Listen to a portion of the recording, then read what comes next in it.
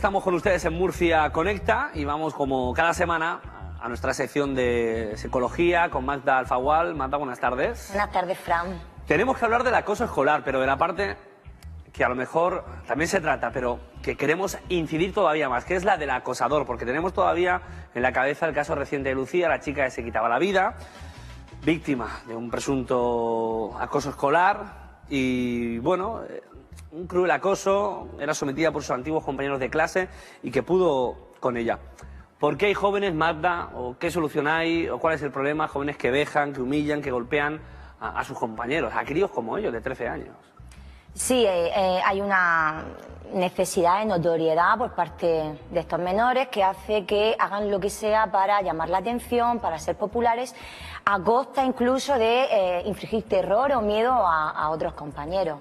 Por tanto, el hacer unos perfiles acerca de estos niños que son acosadores es muy importante para poder identificarlos. Hemos repasado algunos casos, luego lo veremos en un reportaje de los últimos acosadores para saber en qué situación estaban, social, pero qué personalidad tienen o qué entorno, porque muchas veces decimos que los padres vigilen si tienen a un niño que está sufriendo bullying en casa, pero a lo mejor los padres tienen a un acosador en casa y también tienen que detectarlo, y a lo mejor el chaval en algunos casos ni es consciente, ¿no?, de lo que está haciendo.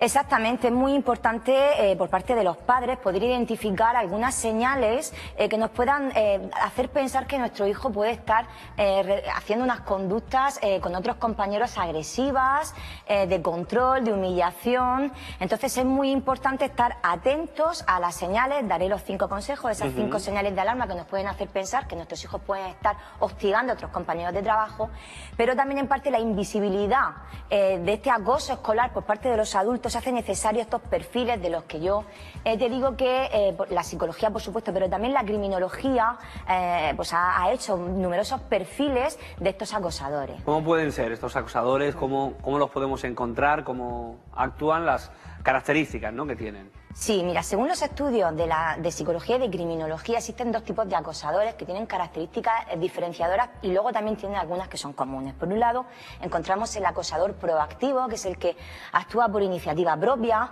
que tiene unas actitudes que son impulsivas, disruptivas, dominantes, antisociales, que suelen tener un concepto de la relación con los demás, de dominancia-sumisión, y luego está el acosador reactivo, que es el que reacciona ante una amenaza por parte de otros compañeros, que suelen tener unas actitudes que son ansiosas, con baja tolerancia a la frustración y con bajas habilidades sociales. Suelen ser personas que carecen de empatía. Estos niños no se ponen en el lugar de los otros.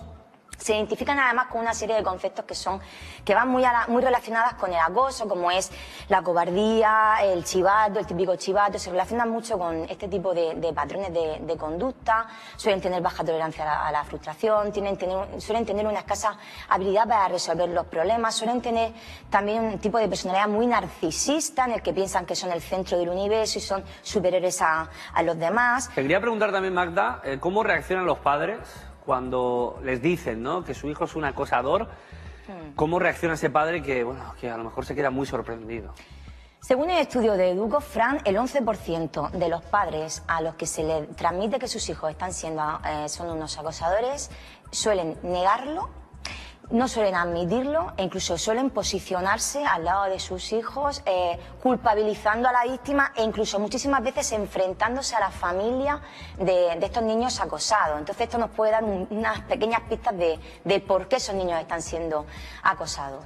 Tenemos al acosador y luego tenemos, no sé, ese limbo, ese corrillo, esos espectadores, esos otros chavales del patio, de clase, que a lo mejor no participan activamente en la agresión, pero sí están teniendo a lo mejor una carga también, ¿no?, en esa incidencia que está ocurriendo. Exactamente, el papel del espectador es un papel muy importante porque puede ser que esté jadeando, esté animando a la acosadora a que haga actos violentos, a que pega, a que insulte o a que rompa las pertenencias.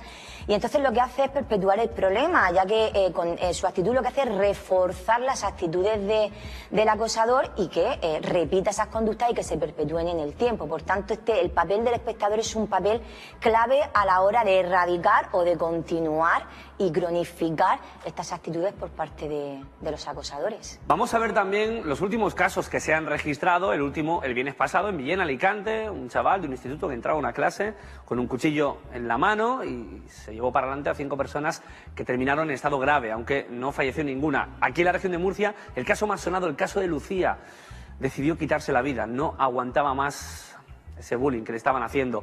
Y también tenemos el caso a los días posterior en Alcantarilla, donde un chaval y otro grabando le daban una paliza a un compañero y lo subían a redes sociales y encima se mofaban de ello. Vamos a ver cómo es el perfil de estos acosadores.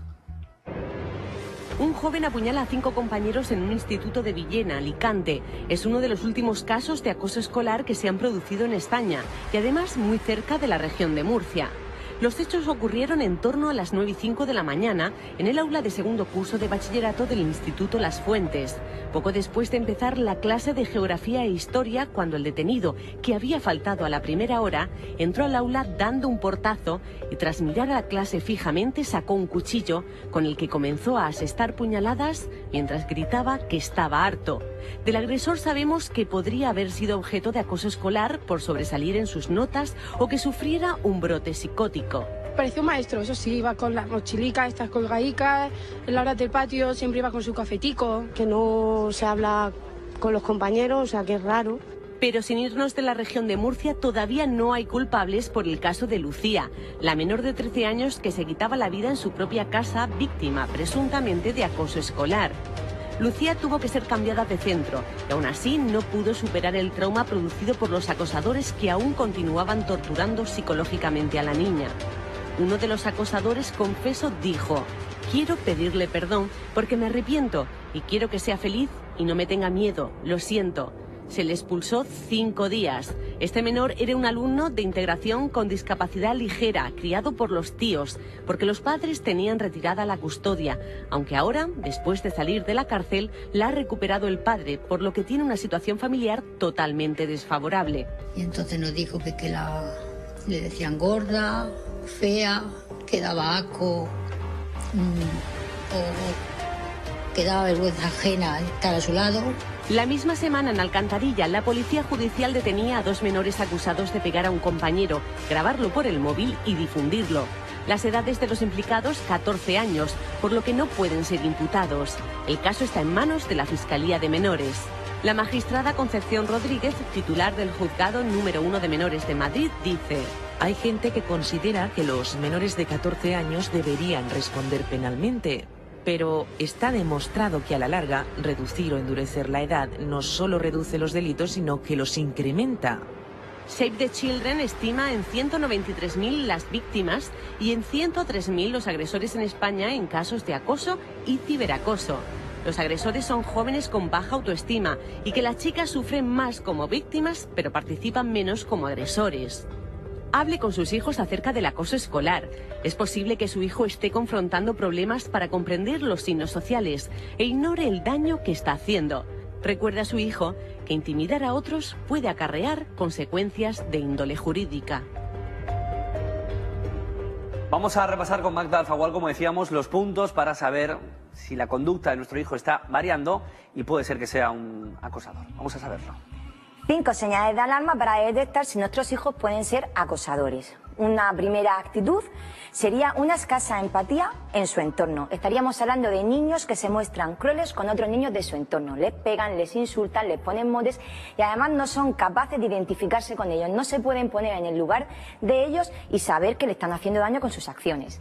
Otra conducta sería cambio constante del grupo de amigos. Si vuestros hijos no conservan los amigos de siempre o si están constantemente cambiando del grupo de amigos, esto nos puede dar indicios de que por lo menos tienen alguna dificultad en sus relaciones interpersonales. Otro consejo sería una excesiva autonomía personal, es decir, si vuestros hijos actúan siempre a su antojo, si no dan explicaciones de lo que hacen, de lo que dicen y no tienen límites en su conducta, esto nos podría estar indicando que no tienen interiorizada la norma social y que podrían estar actuando de manera violenta con otros compañeros de colegio.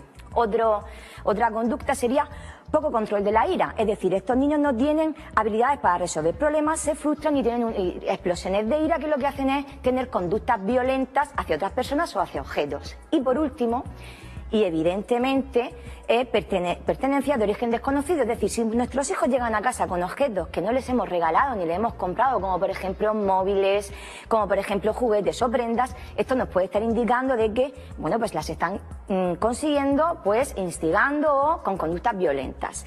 Hasta aquí los consejos de hoy. Recordar que el bullying es responsabilidad de todos y que la mejor prevención siempre comienza en casa. Feliz tarde.